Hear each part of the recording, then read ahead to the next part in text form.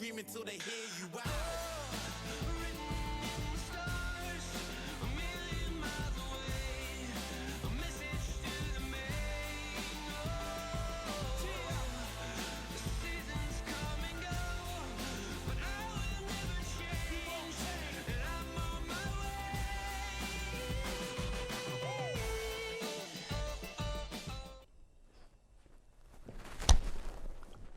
Hello and welcome back to Derby Days One-on-One. This is a series where we take a look at influential performances by individual players in derby games. And today's episode will be focused on the Manchester Derby. Now, this derby does not hold as big of a part in football history as others, like the Milan Derby which we saw last week, seeing Clarence Seedorf's screamer come out on top, which completed a comeback from 2-0 down to win 3-2. The Manchester Derby has become somewhat of a phenomenon in the last 10 years, coinciding with Manchester City's rise to dominance. As always with Derby Days One-on-One, we will be looking at the two stand-up performances from the Manchester Derby. Whilst only recently gaining attention as a globally watched derby, it is still one of the biggest in England, producing some of the most memorable moments in the English game. Manchester United are historically more successful than their City rivals, but also in the history of the derby, boasting a record of 77 wins compared to Man City's 55 wins, and the two sides have drawn on 53 different occasions. As you can see on screen now, thanks to today's sponsors FotMob, the recent results between the two sides have been pretty even. In the last 30 meetings, both sides have won 13 times and 4 games have ended as draws. If, like us, you are a huge football fan, then FotMob is the best app available to you. FotMob covers over 100 different leagues around the world, giving you detailed news articles, live score updates, breaking news, and just about everything else you would need from a football app. It is available on both the Google Play and the iOS App Store for free. There will also be a download link below in the description. First of all, we'll start with Manchester City. There were plenty of contenders for this one, with the noisy neighbours enjoying their fair share of success in this fixture in recent years. However, one performance in particular stood out to us. He is one player who City fans won't forget in a hurry. He was a member of the famous 2011 to 2012 Premier League winning side, playing in that 3-2 over QPR. No, it's not Sergio Aguero, it's not Carlos Tevez, it's a man that used to call Super Mario, it's Balotelli.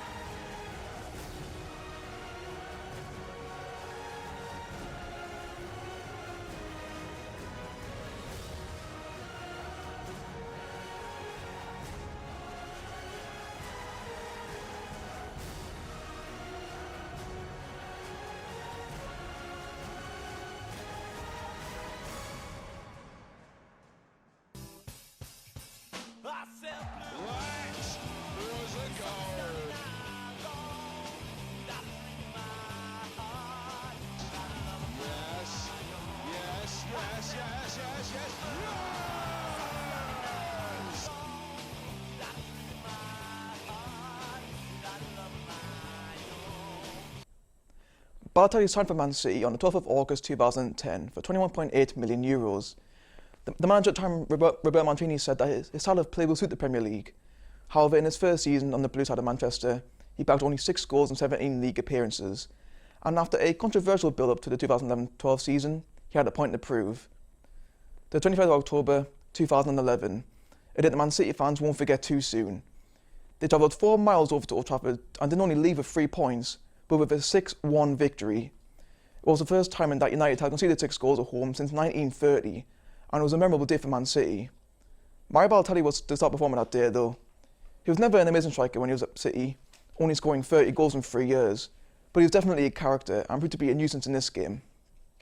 He scored a brace, his first being a cool and calm finish in the bottom right corner to put City 1-0 up. His celebration was better than the finish though. He pulled his shirt over his head to reveal the famous words, "Why always me?" He drew a foul from United defender Johnny Evans, swiftly leading to the Northern Ireland international sending off. That red card impacted the game, however, which saw City scored a further 5 goals due to United's exposed defence. He scored a second goal to make it 2-0 and celebrated in front of the Old Trafford faithful. Balotelli's "Why always me" became one of the most memorable moments in not only the Manchester Derby, but all of English football, and is arguably the moment he's most known for in his career. He came off in the 70th minute for Edin Dzeko to an ovation from the away end. Dzeko went on to score a late goal to make it 5-1. Since this time at Man City came to an end, He had a decent spell in his native Italy with Milan, before returning to England with his first spell with Liverpool. He currently plays football in the Turkish Super League with Adana Demirspor. One thing that is for certain though, is that Mario may not have been brilliant throughout his whole City career, but this performance in particular is arguably the highlight of his career as a whole. Now, we'll have a look at Man United's most influential player in the derby. There were certainly plenty of moments to choose from, with Nani's brace in the Community Shield, Michael Owen's last gasp winner in the dramatic 4-3 win in 2009, and Paul Pogba's impressive display at the Etihad in 2018, coming from 2-0 down to win 3-2. However, the performance we have chosen is due to one of the greatest goals ever scored in the Manchester derby, which is Wayne Rooney's overhead kick in 2011.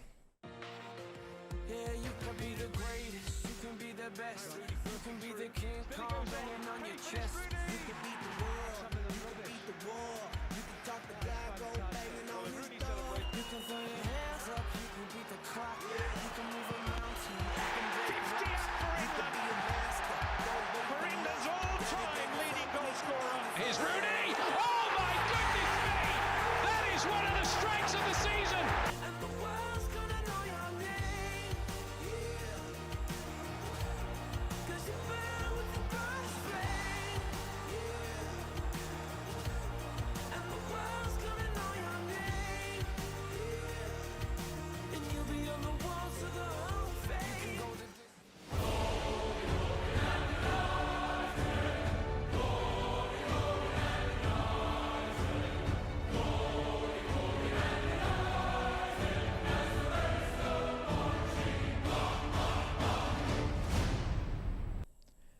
We are staying in 2011 for this memorable Manchester derby moment.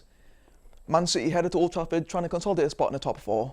Meanwhile, Man United were trying to widen the gap from second place Arsenal. How times have changed. In the game, Nani gave United the lead just before half-time, before David Silva equalised for City. However, it was down to a moment of magic from Wayne Rooney, who would later become Man United and England's all-time top goal scorer, later in the decade. Nani whipped in the cross, where Rooney decided to go for an acrobatic effort, which nestled in the top right corner of Joe Hart's net. It sent the Old Trafford crowd wild, including Sir Alex Ferguson, who, let's just say he was lost for words. Phil McNulty, a Liverpool-based journalist, said that Rooney's overhead kick was not simply confirmation that he remains England's most natural, instinctive talent. In the context of the Premier League title race, however, it may prove priceless. It indeed proved priceless, as United went on to win their 12th Premier League title and their 19th league title overall, with Rooney being a part of 5 of them, becoming the most successful club in England at the time. Rooney became the captain of United back in 2014, following the departures of Vidic, Ferdinand and Evra.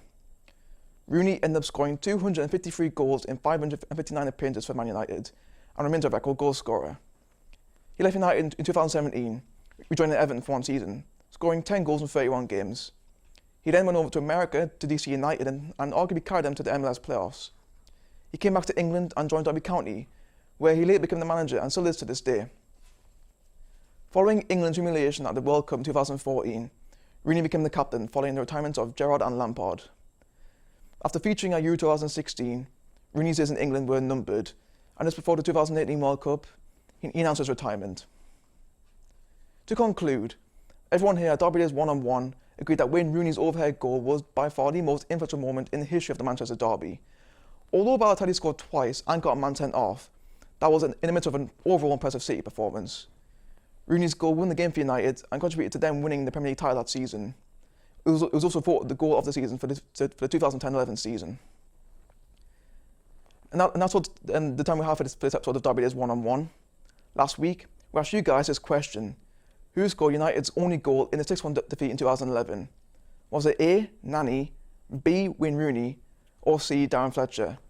The answer was indeed C, Darren Fletcher. The winner for this question was Gary Spear from Bolton. Well done, Gary. Not only are you from the town which is home to the best football team in League One, well, according to the manager anyway, but you have also won a signed United shirt by Darren Fletcher himself. However, the question for this week is, who has scored the most goals in El Clasico? Was it A, Cristiano Ronaldo, B, Lionel Messi, or C, Alfredo Di Stefano? Be sure to leave your answer down below in the comments, and someone who has answered this correctly will be randomly selected. Good luck. Be sure to tune in next week when we go from gloomy Manchester all the way to sunny Spain to talk about El Clasico, Barcelona versus Real Madrid. If you did enjoy this video, then make sure that you do leave a like, And if you want to see more videos in the future, then make sure that you hit that subscribe button and also turn on post notifications. Thank you for watching. You have to keep screaming till they hear